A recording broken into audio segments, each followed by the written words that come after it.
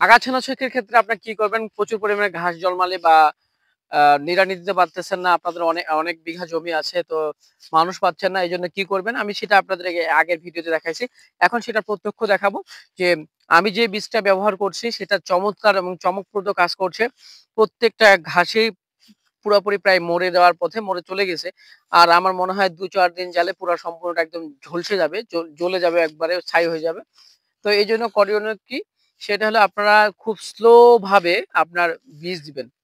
কীটনাশকটা ব্যবহার করবেন। সেই সাথে অনেকেই অ্যা ১ মুষ্টি লবণ, ১ মুঠ পরিমাণ লবণ সেটাতে প্রয়োগ করবেন।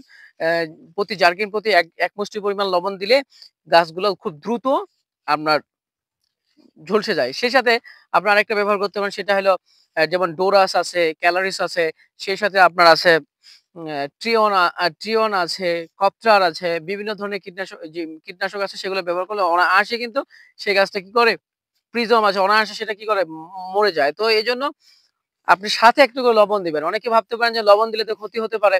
লবণ দিলে তো গাছের কোনো ক্ষতি হবে না। আমরা পটাশ যখন ব্যবহার করি, পটাশটা তো ভাই লবণ, হ্যাঁ? কোনো সমস্যা হবে না, আপনার দ্রুত হবে। আর যদি আরো দ্রুত করতে চান, আরো দ্রুত আপনার ঘাসকে মেরে ফেলতে চান, আপনার আগাছা দ্রুত দমন করতে চান, তাহলে যে কাজটা করবেন সেটি হলো আপনি এই ডোরাস বা ক্যালারিস বা কপটার, প্রিজম বা অন্যান্য যেটা ব্যবহার করেন এটার সাথে উডকিল দিবেন। উডকিল। উডকিল দেওয়ার সাথে, সাথে দ্রুত গাছটা আরো কি হবে?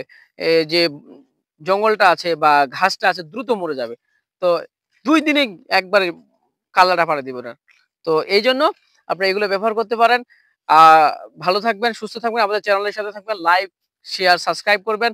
আমাদের এরকম নিত্য নতুন অনেক ভুট্টা, ধান, গম এমনকি কৃষি রিলেটেড ভিডিও পেতে আমাদের সাথে থাকবেন। সালামু আলাইকুম ওয়া রাহমাতুল্লাহ।